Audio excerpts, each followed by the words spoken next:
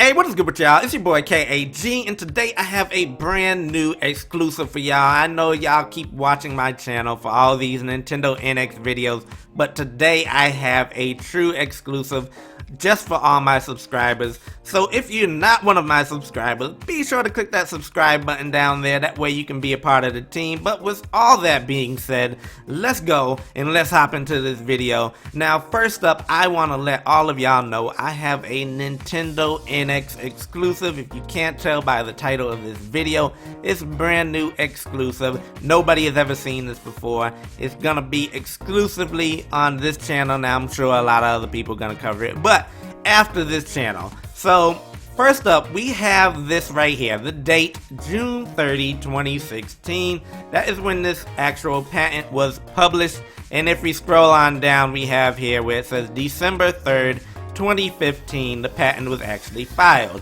Now, in case you're wondering what this patent is about, it is about some vibration and some speakers. But that's not what we're here to talk about. We're actually here to talk about the device.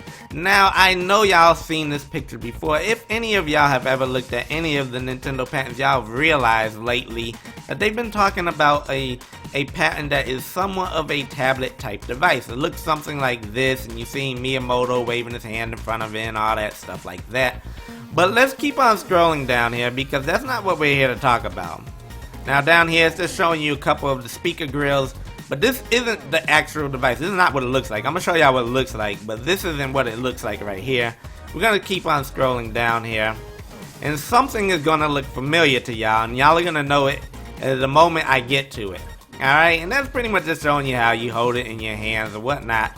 You know, nothing out of the normal, right? Okay, so here's our first little bit of information. We have RAM, we have flash memory, we have a wireless communication module, we have a display driver, display device, touch panel, motor driver, operating button, vibrator, left speaker, right speaker, acceleration sensor. Now, right there, right off the back, we notice one thing, right? There's a screen, right? So, touch panel, and it's a touch screen, so we know that much. Now let's keep on going down here, and this is actually talking about the sound and the vibration. And just to give you a little information about this, what it does is it allows the controller, or this device right here, I'm not going to say it's a controller because I want y'all to actually see it, but it allows this device to actually go ahead and vibrate accordingly to where things are going on the screen. So for example, if you were to throw a bomb over here to your left, when the bomb exploded, over on this side of the device, the bomb would actually explode. If you were to take a bomb and you would throw it to the right, and let's say you were trying to hit an enemy, the bomb would explode over here on your right hand side. But, you know, that's just a unique thing that this actual device is capable of doing. Now let's go ahead and let's keep on going down. Now, what does this picture look like right here, y'all? It looks awfully familiar. This little guy right here, doesn't he look familiar? He's running, you know, down this little area. It looks something like this, right? Yeah, I'm sure it does. But hold your horses, y'all. It is not necessarily this, right? It looks like this. You know, maybe it's not this. Maybe it is. But that's not what it is. Let's keep going. Now, we have an A and a B button, right? So what does that tell you? That shows you on-screen buttons, because this is the screen. You have A and B button, and then you have these little arrows right here on screen, right? But let's keep going. What is this? Looks like a sword, a bomb, a bow and arrow. What is all these? Seems kind of strange to me. You know, there's a game coming out. What is that game called? Oh, it's The Legend of Zelda. Breath of the Wild. Yeah, that does sound familiar, right? I wonder what these buttons do, you know? But let's keep going here. And this is the actual device right here. So, in case y'all were wondering what the Nintendo NX looks like, this is what it looks like right here. So, we have an A, B, X, and Y buttons over here. We also have a power button down below there. And you have two speakers. You have your left speaker, right speaker. Remember a while back when some developers said, well, they had their hands on the controller and they've been developing on it, and they said that the device is about the size of the bottom half of a 3DS. Yeah, that kind of lines up here, right? You know, ABXY, small little rectangle, speaker grills down below at the bottom. We also have our C-pad right here. And we have our D-pad right here. Now, what is strange about having a C-pad on a console? Well, you know what? They don't make them. The C-pads don't go on consoles. Generally, they are on handheld devices, right? And doesn't this kind of look like the shape of a phone? It kind of does look like the shape of a phone, but we all know it's not a phone. But I mean, it is the shape of a phone. But outside of that, so, you know, this kind of makes it extremely portable. But we're going to actually talk about this device and what it's actually capable of doing. And let me just see if there's any other images down here. Now, this right here is just pretty much showing you how you can select a character's name by scrolling these little wheels, A, B, C, D, E, F, G, H, I, J, whatever. And, you know, you got your alphabet here that allows you to select the person's name. So I'm assuming that's gonna be in Zelda, so, you know, so you can rename Link, whatever. But I know y'all wanna look at this picture, so y'all can go ahead and diagnose whether or not you like it or not. But this is the actual device. To me, it actually looks kind of sexy, if you ask me. It looks like a unique device. It kind of gives you a feel of maybe a Samsung device or an iPhone. Look at the speaker grill on it. You know, it kind of, you know, has a reminiscent of an iPhone speaker grill. But, yeah, so let's go ahead and let's actually talk about this device. Now, first up, I know y'all all want to know, it takes cartridges. Just in case y'all want to know, it actually does take cartridges. It does not take discs. There are no CDs involved here. It's all cartridge based.